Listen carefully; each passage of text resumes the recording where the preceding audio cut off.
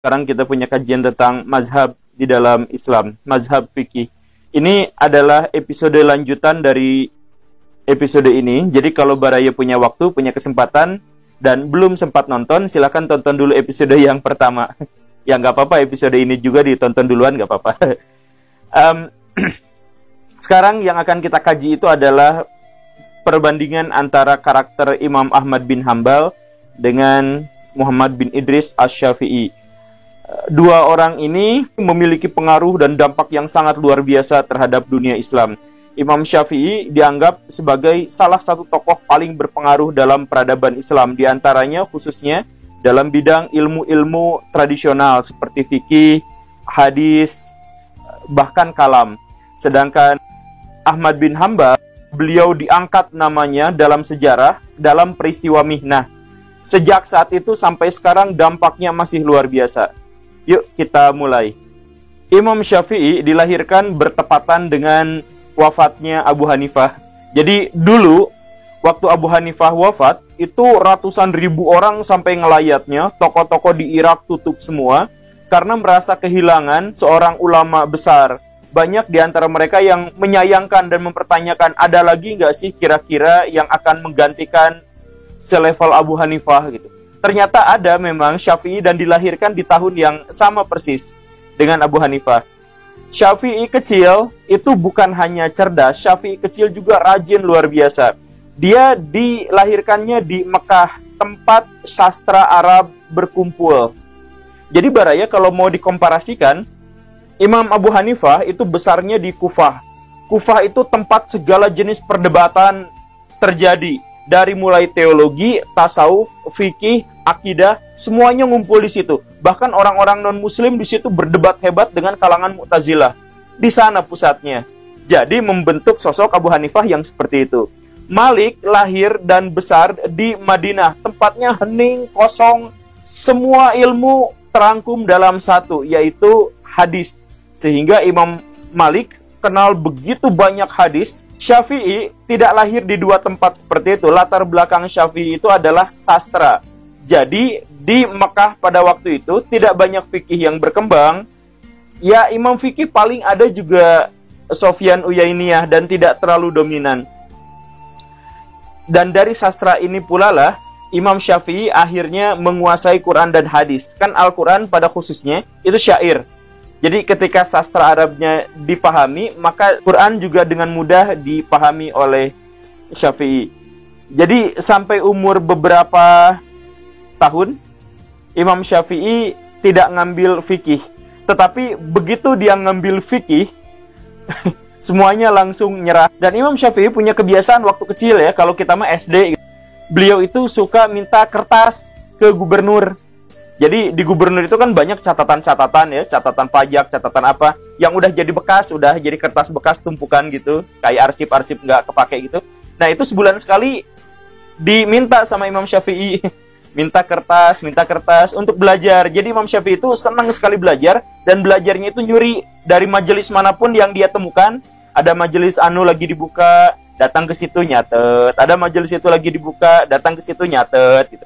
Kerjaan Imam Syafi'i kecil itu gitu, sampai ibunya protes karena pada suatu kali ibunya lah mau beres-beres di kamar Syafi'i, ya ampun itu kamarnya penuh dengan catatan-catatan, dari mulai kertas, tulang, kemudian kulit hewan, itu penuh dengan catatan, lantai penuh dengan catatan-catatan. Oh Syafi'i ini bersihin rumahnya, bersihin kamarnya ya, karena ini. Dan luar biasanya lagi Syafi'i menyanggupinya, iya. Beberapa hari kemudian memang kamarnya bersih, semua kertas, semua catatan itu dibuang, karena semuanya langsung dihafal. Jadi Syafi'i sejak awal memang dikenal sebagai anak yang sangat jenius.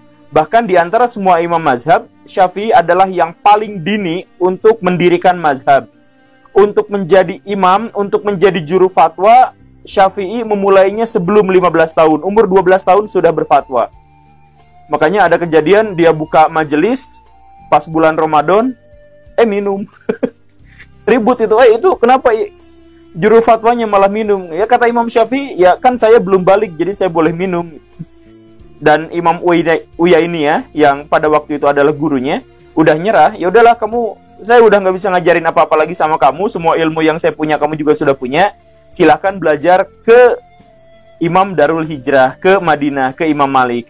Nah, belajarlah ke Imam Malik. Di perjalanan dari Mekah ke Madinah, Imam Syafi'i berusaha untuk menghafal Al-Muwatta, kitab Imam Malik itu yang sudah kita bicarakan sebelumnya. Kebaca itu, selesai dan terhafal dalam waktu 9 hari. Padahal kitab itu isinya ribuan hadis. Termasuk juga hadis-hadis yang kita anggap kemudian sekarang adalah hadis-hadis yang doif. Kan ada ya, di Al-Muwatta itu ada sekitar 200-an mungkin hadis yang dianggap doif. Nah, Imam Syafi'i hafal di luar kepala. Pas Imam Syafi'i datang untuk belajar pada Imam Malik bilang, pelajari dulu Al-Muwatta. Saya sudah hafal ya. Jadi canggih ya, ini anaknya ini udah canggih itu. Akhirnya belajar dan dalam waktu yang singkat juga akhirnya menguasai metodologi dan menguasai hadis-hadis yang dimiliki oleh Malik. Nah, Malik ini adalah salah seorang ulama yang sangat toleran. Beda banget sama ulama zaman now gitu. Beda. Nih perbedaannya itu dilihat dari sini. Malik itu galak luar biasa. Bahkan Khalifah Harun al-Rashid itu pernah disentak gitu. Disentak di depan umum gara-gara dia ngomong pas hadis lagi dibacakan gitu. Malik itu tidak toleran. Kalau ada hadis dibacakan semuanya harus senyap, termasuk khalifah. Ini khalifahnya ngobrol ribut gitu. Disentak gitu. Nah, Malik itu di satu sisi galaknya luar biasa, tetapi di lain sisi beliau itu sangat dermawan dan sangat memberikan keleluasan untuk mencari ilmu pengetahuan. Jadi setelah Imam Syafi'i dianggap layak, dianggap menguasai metodologinya, Malik merekomendasikan, silahkan kamu belajar mazhab Abu Hanifah di Kufah dan diongkosin pula gitu.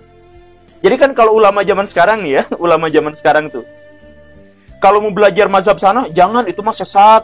Udah, jangan dekati mazhab yang itu. Udah, itu mah aliran liberal, itu mah ini mah radikal. Oh, jadi ulama zaman sekarang tuh kalau muridnya mau belajar tuh dilarang gitu.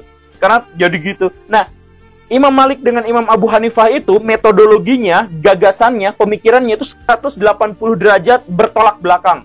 Kita pernah bahas di sini. Tetapi Imam Malik malah merekomendasikan Syafi'i untuk belajar ke mazhab Abu Hanifah dan bahkan mengongkosinya. Betapa luar biasanya toleransi dan betapa luar biasanya kelapangan dada Imam Malik. Ulama zaman dulu gitu. Beda sama ulama zaman sekarang. Syafi'i akhirnya belajar ke ulama Abu Hanifah, tapi kan Abu Hanifahnya udah wafat. Jadi ke muridnya, ke Muhammad dan ke Muhammad Al-Hasan ya, dan ke Abu Yusuf. Jadi sudah menguasai hadis-hadis Malik, sudah menguasai manteknya Abu Hanifah. Kemudian barulah Imam Syafi'i dianggap sebagai imam mazhab yang lengkap. Jadi ini dikuasai, ini dikuasai. Nanti Syafi'i melahirkan beberapa ilmu pengetahuan. Di antaranya adalah usul fikih. Usul fikih ini didapat dari fikihnya Abu Hanifah, tapi dibikin latar filosofisnya gitu. Ini di Arisalah. Kemudian fikih. Nah, fikih Imam Syafi'i itu beda juga. Karena Imam Syafi'i itu terus-terusan berkembang, terus-terusan merevisi pendapatnya sendiri, karena beliau itu nggak selesai dengan ilmu gitu ya. Sampai akhir hayatnya beliau terus belajar gitu. Nah, jadi Imam Syafi'i itu akhirnya punya dua fatwa, dua kumpulan fatwa. Qaul Qadim, kemudian Qaul Jadid ketika beliau sudah ada di Mesir. Makanya kalau kita kemarin sempat bahas bahwa Abu Hanifah dan Imam Malik sangat berhati-hati dalam mengeluarkan fatwa, maka Imam Syafi'i berhati-hati dalam mengeluarkan fatwa dengan cara beliau terus-terusan merevisi, menguji fatwanya sendiri. Makanya berganti, nggak masalah. Beda sama kita kan, ada fatwa, salah, tapi dipertahankan aja terus dan diperdebatkan itu gimana gitu. Kemudian di Mesir beliau wafat, ada selentingan, ada kabar sedikit bahwa Syafi'i wafat dibacok oleh pengikut Imam Malik gitu. Riwayat ini tidak terlalu kuat, tapi memang ada yang menyatakan seperti itu. Kalau itu benar, berarti kita kembali ya, bahwa radikalisme itu, ekstremisme itu, terjadinya di akar rumput, di kalangan masyarakat bawah, di kalangan masyarakat yang tidak berilmu gitu. Jadi Imam Syafi'i sama Imam Maliknya mah baik-baik aja, berguru dan bermurid, tapi pengikut mazhabnya ini sampai melakukan tindakan kekerasan. Jadi kalau baraya nemu ada orang Islam yang melakukan tindakan kekerasan, maksa ini itu dan lain-lain, biasanya lah ya, biasanya ini yang level pengetahuannya di bawah gitu. Ketika Syafi'i pergi ke Mesir, Syafi'i meninggalkan satu ulama mazhab berikutnya, yaitu Ahmad bin Hambal. Jika dikatakan ini adalah imam mazhab, ya benar beliau adalah imam mazhab. Tetapi jika dikatakan apakah dia mazhab fikih, nah ini banyak yang mempertanyakan. Ada yang bilang, yes, dia adalah imam mazhab fikih, tetapi banyak juga diantaranya adalah Ibnu Jarir At-Tabari, ulama besar, yang selevel dengan Syafi'i menurut saya, yang menolak bahwa Ahmad bin Hambal itu adalah ulama fikih. Menurut banyak orang, sebenarnya Ahmad bin Hambal itu adalah ulama hadis, karena hampir tidak mau mengeluarkan fatwa kecuali ada hadisnya. Dan ya tidak ada masalah karena Ahmad bin Hambal itu dipercaya mengetahui 1 juta hadis. Jadi di antara semua imam mazhab, Imam Ahmad bin Hambal ini adalah yang paling menguasai hadis. Syafi'i mengatakan seperti itu. Dan ulama-ulama sejamannya mengatakan hal yang seperti itu juga. Bahkan Imam Ahmad bin Hambal pernah ditanya iseng-iseng sama muridnya, berapa banyak riwayat dalam kurung ya hadis, berapa banyak riwayat yang dibutuhkan seseorang untuk bisa berfatwa? Apakah 100.000 cukup? Kata Ahmad bin Hambal, tidak. Jadi kalau seorang menguasai 100.000 hadis, kata Ahmad bin Hambal itu belum layak untuk berfatwa. 200.000 gimana? Kayaknya belum. 500.000 mudah-mudahan gitu. Jadi Ahmad bin Hambal mengajukan sebuah kriteria yang kelak akan diikuti oleh kebanyakan kaum muslimin untuk menutup pintu ijtihad. Jadi pintu ijtihad itu tetap terbuka kalau ada ulama yang mampu menguasai 500.000 hadis gitu, di luar kepala. Begitu. Nah, ini yang orang-orang NU biasanya kan gitu. Jadi kalau sekarang pintu ijtihad itu bukannya ditutup, tapi ada nggak yang melampaui hadis segitu? Nah, biasanya begitu. Nah, tetapi dari pernyataan Ahmad bin Hambal ini juga menyimpulkan bahwa ulama-ulama sebelumnya memang menguasai hadis minimal segitu. Jadi gini ya, Ahmad bin Hambal itu menganggap bahwa Abu Hanifah, Malik, Sufyan Ats-Tsauri, Imam Syafi'i, dan lain-lain itu ulama mazhab menurut Ahmad bin Hambal. Nah, dan Ahmad bin Hambal bikin kriteria bahwa hadis yang harus dikuasai oleh mereka semua itu minimal 500.000. Artinya bisa kita ambil kesimpulan bahwa ulama-ulama yang sebelumnya yang kita bahas itu menguasai 500.000 hadis. Luar biasa. Itu di luar Quran tentu saja. Nah, jadi ya sudahlah.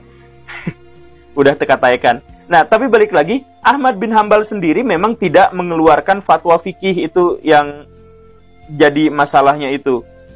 Jadi setiap ada pertanyaan kepada beliau, beliau biasanya gusar kalau tidak ada hadis. Dan meskipun sudah hafal sekian banyak hadis, ini unik juga dan ini adalah karakteristik yang selalu sama dimiliki oleh para imam mazhab. Mereka itu sangat enggan untuk dipuji. Dan Imam Ahmad ini dikenal kalau ada yang muji dia, itu bisa sampai ditimpuk sama dia. Tapi cuma diancam aja, soalnya Imam Ahmad itu dikenal sebagai orang yang sangat pemalu dan ceria gitu. Ini murah senyum, ceria apa gitu. Nah, tapi kalau ada yang muji, beliau malah protes gitu. Please lah, ngapain muji saya, apa manfaatnya kalau muji saya gitu. Ya, sering kalau dipuji malah digituin gitu. Kalau dikritik santai. Dan itu karakternya. Tapi ada karakter lain yang unik dari Ahmad bin Hambal, yaitu di antara 4 imam mazhab, beliau adalah yang paling miskin. Kita tahu yang paling kaya raya itu adalah Abu Hanifah. Kita sudah pernah bahas sedikit di episode yang lalu betapa kayanya Imam Abu Hanifah. Sampai triliunan uangnya. Nah, berbeda dengan itu, Ahmad bin Hambal kekayaannya, beliau itu kuli bangunan. Maaf ya, beliau itu kuli bangunan. Yang pekerja-pekerja kasar gitu. Jadi kerjaannya sangat, rumahnya kecil sekali, kamarnya juga kecil gitu. Bajunya penuh tambalan dan itu-itu saja. Dan kalau ada yang bilang bahwa Ahmad bin Hambal itu anti tasawuf, beliau pernah nulis kitab tentang zahid. Istilah yang kemudian dikenal dengan nama tasawuf gitu, istilahnya gitu ya. Jadi sederhana, simple, dan hampir tidak banyak orang yang kenal gitu. Jadi kalau orang jauh pengen ketemu sama Ahmad bin Hambal, mereka pas ketemu pertama kali itu terheran-heran karena tampilannya gini, nggak kayak tampilan intelek gitu. murah senyum, apa, dan bajunya aduh banyak tambalan gitu. Jadi kasihan sekali. Tapi pas ditanya hadis, furdul, semuanya keluar gitu. Seperti yang saya ungkapkan tadi soal Ahmad bin Hambal itu sebenarnya tidak memiliki catatan yang khusus tentang fikih karena beliau ahli di bidang hadis. Tetapi beliau memiliki pengaruh yang luar biasa dalam sikapnya dalam peristiwa mihnah. Mihnah itu terjadi tahun berapa ya? 833 Masehi, menjelang wafatnya Al-Ma'mun. Al-Ma'mun itu mengajukan ujian kepada semua ulama. Jadi Al-Ma'mun itu kan mazhab Abu Hanifah, fikihnya, mazhab teologinya Mu'tazilah. Beliau beranggapan bahwa Al-Quran itu makhluk. Karena di dalam Al-Quran disebut bahwa sesungguhnya Al-Quran itu diturunkan dalam bahasa Arab misalkan. Nah, orang-orang Mu'tazilah berpendapat bahwa kalau diturunkan berarti dia makhluk. Ini juga karena Mu'tazilah itu sering berdebat dengan orang-orang Kristen. Orang-orang Kristen menganggap bahwa kalam Allah itu bukan makhluk. Kalam Allah itu adalah dirinya sendiri. Kan kalimah Allah itu Yesus. Yesus itu adalah diri Allah sendiri. Gitu. Itu dalam teologi orang Kristen. Sering berdebat dengan orang Mu'tazilah. Nah, sedangkan orang ahli hadis tidak pernah ribut dengan orang-orang Kristen. Mereka kan teis-teis aja dalam dunia homogen. Gitu. Nah, jadi akhirnya muncul sebuah perdebatan. Al-Quran itu makhluk atau bukan? Kata Al-Ma'mun, kata khalifah pada waktu itu, baik, khalifahnya itu baik, luar biasa baik. Cuman Mu'tazilah gitu. Kata Al-Ma'mun, siapapun yang mengatakan bahwa Al-Quran itu bukan makhluk, maka dia musyrik. Sebab kalau dia bukan makhluk, berarti apa? Tuhan, berarti kholik. Kan masa Al-Quran kholik, berarti ada dua kholik. Nah, kan tidak memungkinkan kata Mu'tazilah. Maka semua hakim-hakim, semua ulama-ulama diuji. Al-Quran makhluk atau bukan gitu. Nah, Ahmad bin Hambal ahli hadis. Beliau tidak mau menyampaikan sesuatu di luar dalil. Nah, jadi pas dapat pertanyaan Al-Quran makhluk atau bukan, beliau menjawab Al-Quran itu adalah kalam Allah. Ya, kalam Allah itu makhluk atau bukan? Gak mau jawab. Selesai. Seperti Imam Malik. Kalau ditanya di luar hadis, selesai. Saya nggak mau membicarakan itu. Ini karakteristik ulama salaf. Nah, ya akhirnya apa? Al-Ma'munnya sih baik, tapi Al-Ma'mun 3 bulan atau 2 bulan kemudian dia wafat, digantikan oleh adiknya. Dia itu kejam, jahat, dan Ahmad bin Hambal itu disiksa sampai kencing darah. Berbulan-bulan, bertahun-tahun disiksa, hanya untuk membuat dia ngomong bahwa Al-Quran itu makhluk. Tapi Ahmad bin Hambal tetap menolak, karena ini bukan wilayah manusia untuk membicarakannya. Jangan jadikan Al-Quran itu sebagai lahan pembicaraan yang kering, gitulah kurang lebihnya. Jadi dalam konteks ini menurut saya, baik Mu'tazilah maupun Ahlul Hadis, itu dua-duanya tidak salah dalam beristihad. Dua-duanya mengambil referensi dari Quran dan Sunnah. Cuman gara-gara Mu'tazilah mengambil tindakan yang ekstrim di sini, maka terjadi perdebatan hebat. Berkali-kali Khalifah Abbasiyah mau diberontaki. Untungnya lagi-lagi nih ya, lagi-lagi ulama mazhab itu luar biasa toleransinya. Ahmad bin Hambal itu digebukin setiap hari, disiksa sampai kencing darah, sampai berdarah-darah badannya. Tapi ketika ada pengikutnya yang mau berontak, Ahmad bin Hambal bilang, siapapun yang memberontak pada khalifah, maka dia bukan pengikut saya nggak tanggung jawab, dia bukan pengikut saya. Jadi haram buat kalian untuk berontak pada khalifah, apapun yang terjadi, kecuali khalifah itu melarang kalian untuk sholat, itu saja. Jadi mau sezolim apapun khalifah, jangan diberontaki, tetap jaga perdamaian. Saya disiksa kayak gini gak apa-apa, emang udah, ya namanya juga khalifah, ini saya sebagai rakyat jelata, ya gimana lagi gitu. Jadi ya walaupun kemudian setelah Ahmad bin Hambal wafat, itu kalangan Hambaliyah itu bikin kerusuhan di Baghdad luar biasa. Semua yang berbeda pendapat dengan beliau itu diserang. Bahkan Bukhari dipukuli, diusir, gara-gara berpendapat membela Abu Hanifah dibanding Ahmad bin Hambal. Kemudian Ibnu Jarir at-Tabari bahkan sampai wafat, ditimpukin, digebukin sampai wafat. Mau wafatnya, mau jenazahnya mau dikeluarin aja untuk dikubur, dilarang. Gara-gara Imam Ibnu Jarir at-Tabari menyatakan bahwa Ahmad bin Hambal itu bukan ulama fikih gitu. Kemudian di dunia tasawuf juga ada Abu Yazid al-Bustami, itu digebukin pas bulan puasa gitu, gara-gara makan kata Abu Yazid, kan saya lagi perjalanan, ya boleh saya makan gitu. Tapi, nah, jadi kalau sekarang ada orang yang ngegebukin, ada orang yang wah teriak-teriak dan sebagainya, itu adalah kalangan yang salah. Mereka di masa lalu yang bikin kerusuhan Baghdad itu mengatasnamakan pengikut Hanabaliyah. Tetapi Imam Ahmadnya sendiri tidak pernah mengakui kondisi-kondisi seperti itu. Ya, jadi sekali lagi, kalau ada yang kekerasan, kalau ada ulama-ulama, orang-orang yang melakukan tindakan kekerasan atas nama agama, pastikan bahwa mereka itu adalah yang levelnya di bawah. Sebab ulama-ulama mazhab tidak pernah melakukan seperti itu. Bahkan sampai mati pun, bahkan diancam mati pun, beliau tetap berusaha untuk menjaga perdamaian. Oke, itu aja Baraya. Semoga bermanfaat. Ini kajiannya pendek dan baru tentang karakteristiknya saja.